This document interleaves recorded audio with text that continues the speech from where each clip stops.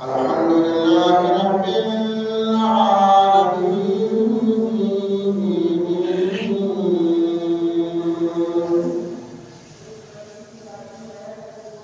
والصلاة والسلام على رسوله الكريم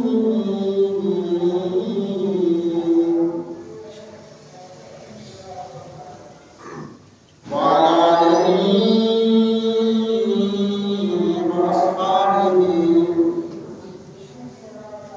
وأهل بيته وأزواجه وأولياء ملته وعلماء أهل سنته أجمعين. أما بعد فأعوذ بالله من الشيطان الرجيم. بسم الله الرحمن الرحيم.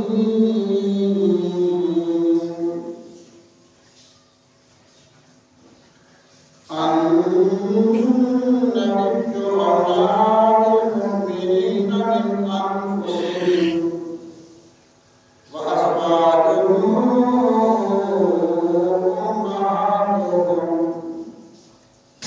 صدق الله العظيم وصدق رسوله النبي الكريم الحكيم. قال الله تبارك وتعالى في شأن محبوبه مؤمنا وآخرا: إن الله وملائكته يصلون على النبي يا أيها الذين آمنوا صلوا عليه وسلموا تسليما. الصلاة والسلام عليك يا سيدي يا رسول الله وعلى آلك وأصحابك يا سيدي يا حبيب الله. الصلاة والسلام عليك يا سيدي يا رسول الله وعلى آلك وأصحابك يا سيدي يا محب الفقراء والغرباء واليتامى والمساكين وعلى آلك وأصحابك يا سيدي يا خاتم النبيين. حمد و ثنا کے بعد دعا ہے: اللہ جل مجدہ مجھے حق کہنے کی، آپ کو سن کر ہم سب کو اس پہ عمل کی توفیق عطا فرمائے. الحمدللہ آج اہل اسلام کو، اہل ایمان کو بحالت روزہ ماہ رمضان المبارک کا دوسرا جمعہ ادا کرنے کی سعادت نصیب ہو رہی ہے. اللہ تعالیٰ اپنی شان کریم، شان قدوسیت کا صدقہ رمضان المبارک اور جمعہ المبارک کی فیوز و برکات نصیب فرمائے. الحمدللہ آج ماہ رمضان شریف کی 9 تاریخ ہے. 9واں روزہ آپ نے ہم سب نے رکھا ہوا ہے. 10 رمضان المبارک کو خاتون اول ام المؤمنین محبوبہ محبوب کائنات علوم سیدہ عابدہ زاہدہ راکیہ ساجدہ سیدہ خدیجہ الکبریٰ رضی اللہ تعالی عنہا کا وصال مبارک ہے. یعنی کل آنے والا ہے ماہ رمضان شریف بڑی نسبتوں کے ساتھ اہل ایمان کو عطا کیا گیا ہے۔ اس میں ایک تو یہ ہے کہ اللہ تعالیٰ نے شیطان کو پابند سلاسل کر دیا، دن کو روزہ، رات کو نماز تراویح بصورت قیام اللیل، سحری افطاری، صدقات و خیرات، پہلا عشرہ رحمت و کرم کا، جس کا ایک دن باقی ہے۔ اور یاد رکھیں ایک دن آپ کے پاس باقی ہے، جس نے اس ایک دن میں اس پہلے 10 دنوں میں چاہے دکھاوے کے لیے ہی اللہ تعالیٰ کی رحمتوں کا سوال کر لیا، اللہ تعالیٰ اس کو پورا سال اپنی رحمت و کرم کے سائے میں رکھتے ہیں۔ دن رات مسلسل کی صدائیں آ رہی ہیں، ہے کوئی سوال کرنے والا، ہے کوئی میری رحمتوں کا طالب، میرے کرم کا طالب؟ جس نے بھی مانگ لیا اور کسی کے دعا پہ آمین بھی کہہ دیا، اللہ کریم اس کو اپنی رحمت و کرم کا سایہ عطا فرما دے۔ کہ آپ کے پاس ایک دن ہے جو پیکیج آپ کو ملا ہے، پہلے 10 دنوں کا، کل شام تک سورج غروب ہونے تک، وقت افطار تک یہ صدائیں آتی رہیں گی۔ اس کے بعد اس خصوصی دروازے کو ماہ رمضان شریف کے ساتھ اس کی نسبت ہے، اس کو بند کر دیا جائے گا 1 سال کے لیے۔ پھر درمیانی 10 دن 11 سے لے کر 20 تک اللہ تعالیٰ کی بخشش و مغفرت کا دروازہ کھل جائے گا۔ سال میں یہ 10 دنوں کا پیکیج ہے، صرف پورے 10 دنوں کا، اس میں آپ مانگیں۔ اور اللہ فرماتا ہے، حضرت ابن حبان کی روایت ہے، جس کی زندگی میں ماہ رمضان شریف آیا اور وہ اپنے گناہوں کو نہ بخشوا سکا، تو اللہ فرماتا ہے کہ وہ تباہ و برباد ہو جائے، ہلاک ہو جائے، اس کی ناک خاک آلود ہو اور رسوا ہو جائے۔ یعنی وہ اتنا بخشنے پہ آیا ہے، اور اب بھی اگر کوئی بندہ اپنے گناہوں کی معافی نہیں مانگ سکتا، تو پھر اس کے اپنے مقدس آخری 10 دن پھر آتش جہنم سے چھٹکارے کے ہیں، دوزخ سے آزادی کی ہے۔ فرمایا 21 سے لے کر پھر ماہ رمضان شریف کا چاند غروب ہونے تک، جس نے آخری 10 دنوں میں آتش جہنم سے پناہ مانگ لی، ڈر گیا اور اپنی زبان سے یہ کہہ دیا، اللہ اس سے بچا لے، فرمایا مجھے اپنی عزت و جلال کی قسم، میں اس کو آتش جہنم سے بچا لوں۔ اس کی نسبت 3 رمضان کو حضرت سیدہ فاطمہ الزہرا رضی اللہ تعالیٰ عنہ آپ کو یوم وصال تھا۔ 10 رمضان سیدہ خدیجہ الکبریٰ کل آنے والے دن آپ کا وصال مبارک ہے۔ 16 رمضان کو 17 کو جنگ بدر، شہدائے بدر، 20 رمضان کو لائلۃ القدر کی مقدس راتوں کا سلسلہ شروع ہو جائے گا، جس نے ایک لائلۃ القدر کی کتنی راتیں ہیں، اللہ نے اس کو چھپا کے رکھا ہے تاک راتوں میں، تاکہ تمہارے اندر یہ رغبت بڑھتی چلی جائے، شوق بڑھتا چلا جائے عبادت۔ خیر من الف شہر، فرمایا جس نے بھی ان تاک راتوں میں عبادت کرتی 1000 مہینوں کی عبادت سے زیادہ ثواب ملتا ہے۔ 1000 مہینے ہماری قدر نہیں کرتی، کتنی راتیں بنتی ہیں، تاک راتیں آخری عشرے کی۔ بانصیب حضرات اعتکاف کریں گے، خواتین گھروں میں کریں گے، مساجد میں ہوں گے، اور آئے روز اللہ تعالیٰ کی یہ انوار و تجلیات، دعاؤں کی قبولیت کے سلسلے، اللہ تعالیٰ کی رحمت و کرم کی بارش آئے روز، جو ماہ رمضان اختتام کی طرف جاتا ہے، یہ سلسلے بڑھتے چلے جاتے ہیں، بڑھتے چلے جاتے ہیں، بڑھتے چلے جاتے ہیں۔ اور اسی طریقے سے ہم مسجدوں سے ہم بھی غائب ہونا شروع ہو جاتے ہیں، آہستہ آہستہ ہم بھی بھاگنا شروع ہو جاتے ہیں۔ جو اس کی طرف سے معافی کے، لطف و کرم کے، نوازشات کے سلسلوں کا سلسلہ وسیع ہوتا ہے، اسی طریقے سے ہم مسجدوں سے پھر بھاگتے ہیں۔ اب دکانوں پہ رش ہے، کاروبار ہے، یہی چند دن ہے کمال، چند دن آپ کے پاس باقی، یہ اللہ کا مہمان رخصت ہو جائے گا اور جا کر ایک ایک کا نام لے کر بتاتا ہے۔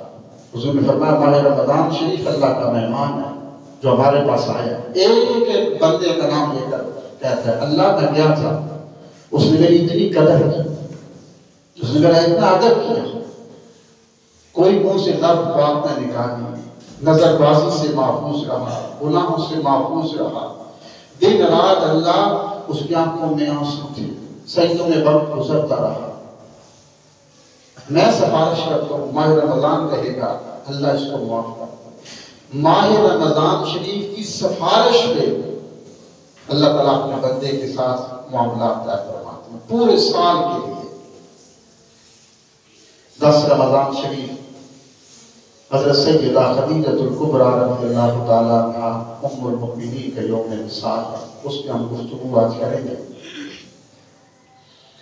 اللہ تعالیٰ نے قرآن کریم میں فرمایا کہ النبی سورۃ الاحزاب میں النبی اولیٰ بالمؤمنین من انفسہم، کہ نبی مومنین کی، اہل ایمان کی جانوں سے بھی زیادہ فیصلے، وَأَزْوَاجُهُ أُمَّهَاتُهُمْ، اور ان کی ازواج، ان کی مقدس بیویاں، اہل امہاتہم، اہل ایمان کی مائیں ہیں۔ اسلام کی پہلی اہل ایمان کی ماں ام المؤمنین حضرت سیدہ خدیجہ الکبریٰ رضی اللہ تعالیٰ عنہ۔ دیکھیں نا، آگے 22واں سپارہ شروع کریں، سورۃ الاحزاب کی آیت نمبر 31، 22ویں سپارے کی دوسری آیت طیبہ۔ اللہ فرماتا ہے یا نساء النبی، اے میرے نبی کی ازواج، لستن کاحد من النساء، پوری کائنات میں، روئی زمین میں تمہاری مثل کوئی نہیں ہو سکتا۔ آج تو حضور کی مثلیت کے دعوے ہیں نا کہ حضور ہماری مثل ہے۔ اللہ فرماتا ہے معبود میرا اس کی جو بڑی شان ہے نا، وہ تو رسول ہے، نبی ہے، نبوت و رسالت کے مقدس منصب پہ فائز ہے، اس کی تو بڑی شان ہے، بڑا مقام ہے۔ جس عورت کی میرے نبی کے ساتھ نسبت ہو جائے اور میرے نبی کی، میرے رسول کی حرم میں شامل ہو جائے، اس کو میرے نبی کی بیوی اور زوجہ بننے کی سعادت نصیب ہو جائے، لستن کاحد من النساء، اس کی مثل کائنات کی کوئی عورت نہیں ہو سکتی۔ رسول کی مثل تو ہونا بڑے دور کی بات ہے، جس عورت کی نسبت حضور کے حرم سے ہو گئی اس کی مثل کوئی نہیں ہو سکتا۔ تو جب نبی و رسول کی مثلیت کے دعوے کیسے؟ یہ قرآن ہے، لستن کاحد، کوئی ایک عورت بھی میرے نساء، دنیا کی عورتوں میں سے میرے نبی کی ازواج کی مثل نہیں ہے۔ حضور کی مثلیت بڑی کرنی۔ سیدہ خدیجہ الکبریٰ رضی اللہ تعالیٰ عنہ یہ اسلام کی پہلی محسنہ ہے، پہلی محسنہ، ان کے اسلام پہ بڑے احسان ہیں۔ حضرت سیدہ خدیجہ الکبریٰ رضی اللہ تعالیٰ عنہ، دیکھیں نا، حدیث پاک ہے، ساری کائنات کو حضور کے پاس جا کے سکون ملتا ہے، اور حضور فرماتے ہیں جب مجھے سکون کی تلاش ہوتی ہے میں سیدہ خدیجہ کے پاس جاتا ہوں، مجھے سکون نصیب ہوتا ہے۔ ساری کائنات کو حضور کے پاس، اور حضور میں سیدہ خدیجہ الکبریٰ، جب باہر سے آتے کفار ظلم کرتے، گھر میں آتے سیدہ خدیجہ تسلیاں دیتی تھی، اللہ آپ کے ساتھ ہے حضور، آپ کا آنا ہے۔ ہر کیسی عورت ہے، کوئی عورت ہوتی تو کہتی کہ آپ چھوڑ دینا یہ کام، کہ فرمایا نہیں اللہ آپ کے ساتھ۔ یہ وہ سیدہ خدیجہ الکبریٰ رضی اللہ تعالیٰ عنہ، آپ کی بڑی شان ہے سیدہ خدیجہ الکبریٰ۔ اور یہ تھا کہ حضرت سیدہ خدیجہ نے، دیکھیں نا، اللہ تعالیٰ نے حضرت سیدہ خدیجہ کو حضور کے لیے چن لیا تھا، حضور تشریف لائے کہ حضور کی عمر مبارک 25 سال تھی، حضرت سیدہ خدیجہ کی 40 سال تھی، لیکن ابھی حضور نے اعلان نبوت نہیں فرمایا تھا، 40 سال بعد فرمایا تھا۔ اس سے بھی پہلے حضرت سیدہ خدیجہ کبریٰ، حدیث پاک میں آتا ہے کہ اس دور میں جب بیوہ روی زنا یہ عام تھا، تقریباً 2-3 گھر چھوڑ کے ہر گھر پہ ایک جھنڈا لہرا رہا ہوتا تھا سفید رنگ کا، جس کا مطلب ہوتا تھا کہ یہ بدکاری کے اڈے ہیں۔ عرب کے اندر عورتوں کے میلے سجدے تھے، ایک شیخ ہے سردار، اس نے 10-10 20-20 کنیزیں لائنوں میں بند سبر کے کھڑی ہیں، بڑے لوگ آتے، وڈیرے آتے، سردار آتے، اور وہ ان کو جیسے جانوروں کو ہاتھ لگا کے چلا کے ٹٹول کے چیک کیا جاتا ہے، ایسے چیک کرتے پھر جانوروں کی طرح بولیاں ہوتی، پھر ان کو خرید کر لے جاتے۔ حضور فرماتے ہیں اس دور میں بھی جب ابھی تک پردے کا حکم نازل، اسلام آیا ہی نہیں تھا، حضور نے اسلام نبوت کا اعلان فرمایا ہی نہیں تھا، پردے کے احکام نازل نہیں ہوئے تھے، ایک مسلمان عورت کی جو ذمہ داری اسلام کی طرف سے نافذ ہوتی ہے وہ ابھی تک نہیں تھی۔ حضور نے فرمایا اس دور میں بھی سیدہ خدیجہ کبریٰ پردے کی پابند تھی،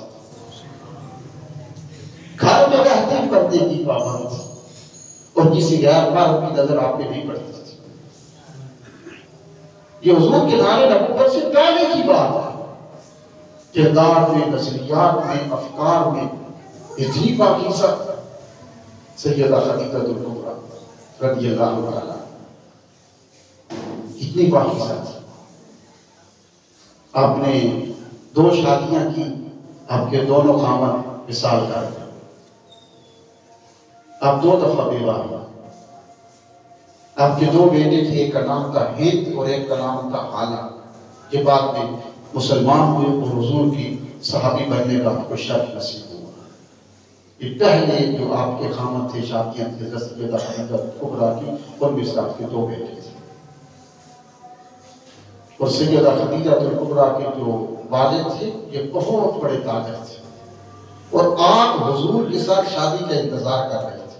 ایک عجیب روایت میں نے پڑھی جو شاید آپ نے پہلے نہ سنی، سیدہ خدیجہ کبریٰ حضور کی اعلان نبوت سے پہلے حضور کی شادی سے کا انتظار کر رہے ہیں کہ حضرت شاہ عبداللہ محدث صدیقی رحمۃ اللہ تعالیٰ علیہ آپ نے لکھا ہے، اس وقت ہوتا یہ تھا کہ سال میں 1 دفعہ مکے کی اور گرد و نواح قبائل کی ساری خواتین 5 سوا کر خانہ کعبہ کے پاس دان تیروں کے لیے جمع ہوتی تھی۔ خواتین کا ایک میلہ ہوتا تھا جس میں وہ اپنے خاندان کے، اپنے قبائل کے، اپنے شوہر کے، اپنے بھائیوں کے، ان کی جنگوں کے، ان کی طاقت کے قصے سناتی تھی، اپنا رہن سہن بناتی تھی۔ تو یہ سال میں 1 دفعہ خواتین ساری چند دنوں کے لیے خانہ کعبہ کے پاس جمع ہوتی تھی، جس میں کسی مرد کو جانے کی اجازت نہیں ہوتی تھی۔ تو وہ میلہ آ گیا، ابھی تک حضور نے اعلان نبوت نہیں فرمایا تھا، وہ میلہ آ گیا۔ سیدہ خدیجہ کبریٰ بھی وہاں تشریف لے گئے، وہ میلہ لگا ہوا تھا، خواتین کا رش تھا، اس وقت تو سین حرم کھلا تھا، کوئی باہر برآمدہ نہیں تھا، کوئی اس کی حد نہیں تھی، کعبۃ اللہ تھا، 7 گھر ہوتے تھے، سامنے جو ہے وہ پہاڑ نظر آتے تھے، صفا مروہ کی صحیح ہوتی تھی تو لوگ گلیوں سے گزر کے جاتے تھے، راستے میں گھر آتے تھے۔ سین حرم کا بیت اللہ شریف کا طواف ہوتا تو لوگ گھروں میں سے گزر کے طواف کیا کرتے تھے، تو وہاں پہ رش تھا۔ تو خواتین کا تو ایک یہودی عالم، تورات کا عالم، موسیٰ علیہ السلام کی امت کا عالم، اس کے ہاتھ میں تورات تھی اور وہ اس مجمع میں چلا گیا۔ تو اس نے جاتے ہی کہا خواتین سے کہ میں جانتا ہوں کہ یہاں پہ مرد نہیں آ سکتا، مرد کا آنا منع ہے، لیکن میں اس لیے آیا ہوں تمہیں خوشخبری دینے کے لیے کہ جو اس کائنات کا سردار نبی اور رسول ہے، جس کے لیے نظام بنائے گئے، کائنات بنائے گی، اس رسول کی آمد کا وقت قریب ہے، اور تم میں سے جس عورت کو اس نبی کی رفاقت نصیب ہو جائے گی وہ بڑی خوش بخت اور خوش نصیب ہوگی۔ تو عورتوں نے کہا کہ چل اٹھا اپنی کتابیں یہاں سے پاک تو سیدہ خدیجہ فرماتی ہے میں ایک طرف بیٹھی ہوئی تھی، میں نے یہ بات سن لی اور اس بات کو میں نے پلے باندھ دیا کہ اس نبی کی آمد کا وقت قریب ہے اور اس نبی کو اس کی رفاقت نصیب ہو جائے گی جو ساری کائنات کا سردار نبی ہے، جو جنتوں کا مالک ہے، نبی اور رسولوں کا سردار ہے۔ سیدہ خدیجہ اس وقت بھی اللہ کی عبادت کرتی تھی، دین ابراہیمی پہ تھی نا، حضور کے والدین میں دین ابراہیمی پہ تھی۔ تو آپ فرماتی ہیں میں جب اللہ کی عبادت کرتی دعا کرتی اللہ اس نبی کی رفاقت مجھے نصیب فرما دے، اس نبی کی سنگت مجھے نصیب فرما دے۔ حضرت سیدہ خدیجہ کبریٰ رضی اللہ تعالیٰ عنہ، اللہ نے آپ کو بڑی قدآور شخصیت تھی، بڑی باروب شخصیت تھی اور اللہ نے آپ کو بڑا حسن عطا کیا تھا اور آپ کی طبیعت میں اتنی نفاست تھی مزاج میں کہ کبھی کسی نے آپ کی آواز کو نہیں سنا منہ سے نکلتے ہوئے، کبھی کسی نے آواز، کبھی کسی نے۔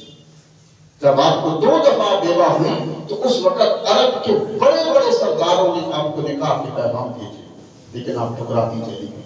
بڑے بڑے یہاں تک دور دراز کے جو بڑے بڑے تاجر تھے، بادشاہ تھے، ان کی بھی خواہش تھی کہ سیدہ خدیجہ ہمارے ساتھ نکاح کر لے، اس لیے کہ سیدہ خدیجہ کا جو باپ تھا کہ بہت بڑا تاجر تھا۔ ایک سیدہ خدیجہ کبریٰ کا حسن و جمال، آپ کی جو طبیعت میں نفاست تھی، پاکیزگی تھی، اس وجہ سے سیدہ خدیجہ کبریٰ رضی اللہ تعالیٰ عنہ سارے پیغامات کو ٹھکراتی چلی گئی اور آپ نے کسی کا بھی پیغام قبول نہیں کیا۔ آپ گھر میں بند رہتی تھی۔ آپ کا والد بہت بڑا تاجر تھا سیدہ خدیجہ کا، جتنی بھی یمن سے لے کر ایران تک، فارس تک اور عرب میں اور مکے میں جو منڈیاں سے تھی تجارتی، وہاں پہ آپ کے والد کا مال موجود ہوتا تھا۔ جب آپ سیدہ خدیجہ کے والد فوت ہو گئے تو آپ نے خود یہ سارا نظام تجارت خود سنبھال لیا۔ لیکن کرتی کیا تھی کہ جب آپ کہتی تھی نا لوگوں سے جو دیکھتی کہ عقل مند ہے، ذہین ہے، ماہر ہے تجارت کا، آپ اس سے کہتی کہ پیسہ میں لگاؤں گی اور آپ کے کام تو کرے گا۔ لیکن جب بھی یہ ڈیلنگ ہوتی تھی نا اس شخص سے آپ کی تجارت کے بارے میں کہ اپنا میرا تجارتی قافلہ لے کر، تجارتی سامان لے کر شام میں جانا ہے، یمن میں جانا ہے، حجاز میں جہاں کہیں بھی، تو جب اس سے آپ کی ڈیلنگ ہوتی تھی، گفت و شنید ہوتی تھی، تو سیدہ خدیجہ کبریٰ خود بات نہیں کرتی تھی، پردے کی اتنی پابند تھی۔ ابھی پردے کا ہو، ابھی حضور نے اعلان نبوت بھی نہیں فرمایا تھا، پھر بھی اتنی پردے کی پابند۔ آپ کی ایک کنیز تھی جن کا نام تھا حضرت نفیسہ، بعد مسلم حضرت نفیسہ رضی اللہ تعالیٰ عنہ، آپ کی بڑی ہمراز وہ کنیز تھی، وہ جو ہے یہ تجارتی معاملات کو ڈیلی کرتی اور گفت و شنید کا سلسلہ آگے سیدہ خدیجہ کی طرف سے جتنی بات ہوتی آگے وہ بڑھاتی تھی۔ سیدہ خدیجہ کبریٰ حضور نے یا دیکھے نا، ابھی تک حضور نے اعلان نہیں فرمایا تھا نبوت و رسالت کا، اور آپ اس وقت بھی پردے کی پابند تھی، کوئی غیر مرد بھی آپ کو نہیں دیکھتا تھا، آپ کسی سے بات بھی نہیں کرتی تھی، اتنی نفاست طبیعت میں تھی، اتنی نفاست تھی۔ تو اس وقت ایسا ہوا کہ سیدہ خدیجہ کہتی ہے مجھے آوازیں آنے لگی کہ مکے میں ایک شخص ہے جو بڑا صادق ہے، جس کا نام محمد بن عبداللہ صلی اللہ تعالیٰ علیہ وسلم، بڑے ایماندار ہیں، بڑے دیانتدار ہیں، وہ طبیعت کے بڑے اجلے ہیں، بڑے صاف ستھرے ہیں، بڑے صادق ہیں، بڑے امین ہیں۔ آپ فرماتی مجھے یہ باتیں میرے کانوں تک پہنچنے لگی، مجھے عورتیں آ کے بتاتی مکے میں ایک شخص آیا ہے، وہ بڑا ہی پیارا ہے، بڑا ہی پیارا جی باتیں کرتا ہے۔ آپ فرماتی مجھے کھٹکتا اندر سے تھا کہ وہی اللہ کا رسول ہوگا۔ آپ فرماتی میں انتظار کرتی رہتی، پھر جب ہوا حضرت سیدنا ابو طالب، چونکہ آپ کے والد صاحب حضور کی وفات پا چکے تھے، آپ کے سرپرست آپ کے چچا ابو طالب تھے، تو آپ کے چچا کہنے لگے آپ سے کہ چونکہ اس وقت مکے میں مالی حالات خراب تھے، قحط سالی کا دور تھا، لوگ کھانے کے لیے پریشان تھے، تنگ دست تھے، تو آپ کے چچا نے کہا کہ حضور سے کہ ایسا کریں کہ آپ کوئی تجارتی قافلہ لے کر ملک شام میں چلے جائیں تاکہ ہمارے کچھ مالی حالات مستحکم ہو سکے۔ تو کہا ٹھیک ہے، کہا ایسا کریں اگر آپ خدیجہ کا مال لے جائیں تو حضور نے فرمایا چچا میں خود نہیں کہوں گا کسی سے، ہاں اگر خدیجہ خود کہہ دے گی تو پھر لے کے جاؤ، خود میں کسی سے نہیں کہوں گا۔ تو کہا ٹھیک ہے۔ ادھر حضرت سیدہ خدیجہ نے اپنی قمیص نفیسہ سے یہ کہا کہ جاؤ نا حضور کے پاس اور جا کر کہو کہ میرا مال تجارت قافلہ تیار ہے، قافلہ تجارت ملک شام کے لیے، اگر آپ یہ لے جائیں تو آپ کی بڑی تباہ۔ تو گئے تو اپنے چچا سے جا کر اس کو مشاورت کی، چچا نے اجازت دے دی، حضور مان گئے کہ ٹھیک ہے میں خدیجہ کا یہ قافلہ تجارت سامان تجارت ملک شام میں لے جاؤں گا۔ تو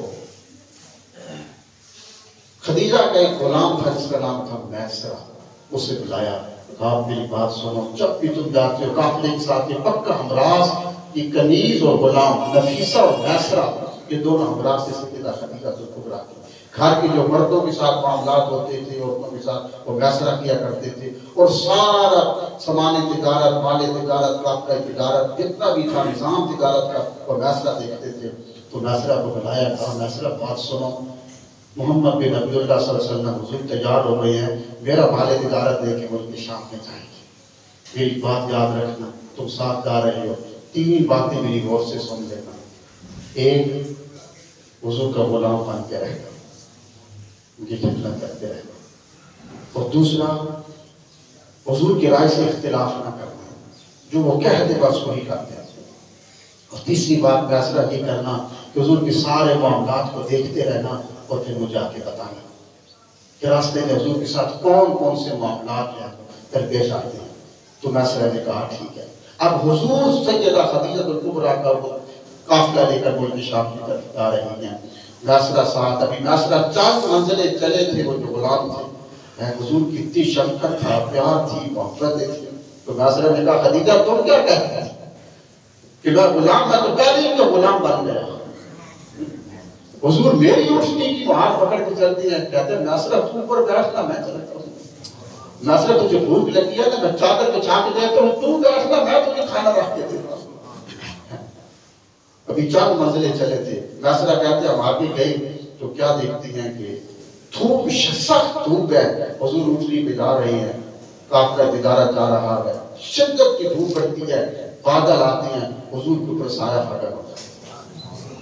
جب آگے کچھ منزلیں طے کی تو میسرہ کہتے ہیں درخت آیا جس کے نیچے حضور نے جا کے آرام فرمایا، اس کے سامنے عیسائیوں کی عبادت کا چرچ تھی، تو وہاں پہ ایک راہب تھا، میسرہ کہتا ہے مجھے جانتا تھا کیونکہ ہم وہاں سے گزرتے تھے، تو حضور آرام کر رہے تھے تو وہ جو عیسائی مبلغ تھا دوڑ کے باہر آیا اور مجھے کہا میسرہ یہ درخت کے نیچے آرام کر رہا ہے یہ کون ہے؟ میں نے کہا مکے کا ایک معزز شخص ہے۔ کہا میسرہ میری بات سن لو، اس درخت کے نیچے کوئی نبی اور رسول کے علاوہ تو سو نہیں سکتا تھا، میں جانتا تھا، کتابوں میں پڑھا تھا، جتنے بھی نبی رسول صرف وہ اس درخت کے نیچے سوتے تھے۔ پھر مجھے انتظار تھا کہ شخص یہاں سے قافلہ تجارت دے کے گزرے گا اور اس درخت کے نیچے آ کے تھوڑی دیر آرام کرے گا۔ میسرہ کسی کو بتانا نہیں کہ امت کا سردار رسول ہے، یہ وہ ہے جس کے لیے اللہ نے سارے نظام بنائے ہیں، کسی کو بتانا نہیں کہ حفاظت کرتے ہیں۔ میسرہ کہتے ہیں عجیب بات سنی، پھر ہم ملک شام میں جب پہنچتے ہیں، جب وہاں پہ پہنچے نا ملک شام میں تجارتی منڈی میں بڑے بڑے مال پڑے ہوئے تھے، لوگ قسمیں اٹھا اٹھا کر اپنا مال بیچتے تھے۔ حضور کے پاس بھی لوگ آئے تو لوگوں نے کہا کہ لات و منات کی قسم اٹھاؤ نا بتوں کی، تو حضور نے فرمایا میں تو لات و منات کا ویسے نام لینا گوارا نہیں کرتا اور قسم تو میں ویسے نہیں اٹھاتا، اگر مال لینا ہے تو لے لو، تو چلے گا۔ تو میسرہ کہتا ہے جو لوگ قسمیں اٹھا اٹھا کے مال بیچتے تھے ان کا نہیں بکتا تھا، اور حضور نے فرمایا میں قسم نہیں اٹھاؤں گا، تو لوگ حضور کے پیچھے بھاگتے تھے کہ مال میں دے دو۔ تو میسرہ کہتی ہیں کہ جب اس سال اتنی خشک سالی تھی کہ ہر کسی کا مکے والوں کا سامان ڈوب گیا اور ان کو نقصان ہوا، سیدہ خدیجہ کا جو مال تجارت تھا ان کو 11 گنا نفع ہوا جو حضور لے کر گئے۔ جب قافلہ واپس پہنچتا ہے نا، جب واپس پہنچا تو حضرت سیدہ خدیجہ اپنی نفیسہ صاحب کے ساتھ وقت ہر اونچا پہاڑ میں دیکھ رہی ہیں کہ حضور کا قافلہ آ اور دیکھتی ہے کہ حضور اٹھنے پہ سوار ہے، شدت کی دھوپ ہے، انچاس کا وقت تھا جب حضور کا قافلہ مکے میں داخل ہو رہا تو دیکھتے ہیں کہ بادل ہے جو حضور کی سایہ پکڑ ہے، حضور تشریف لا گئے۔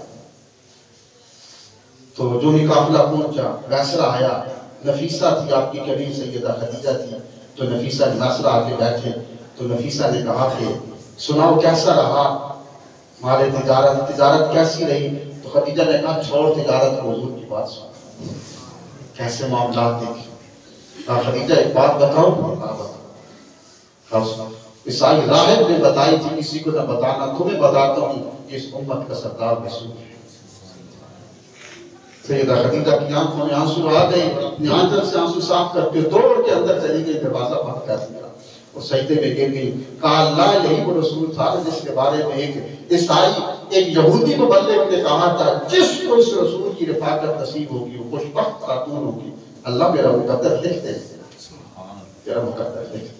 بڑے بڑے رشتے آئے، سیدہ خدیجہ ٹھکراتی چلی گئی۔ پھر سیدہ خدیجہ نے 40 سال عمر 2 دفعہ بیوہ ہو چکی تھی، 2 جوان بچے تھے، ہند اور اعلیٰ۔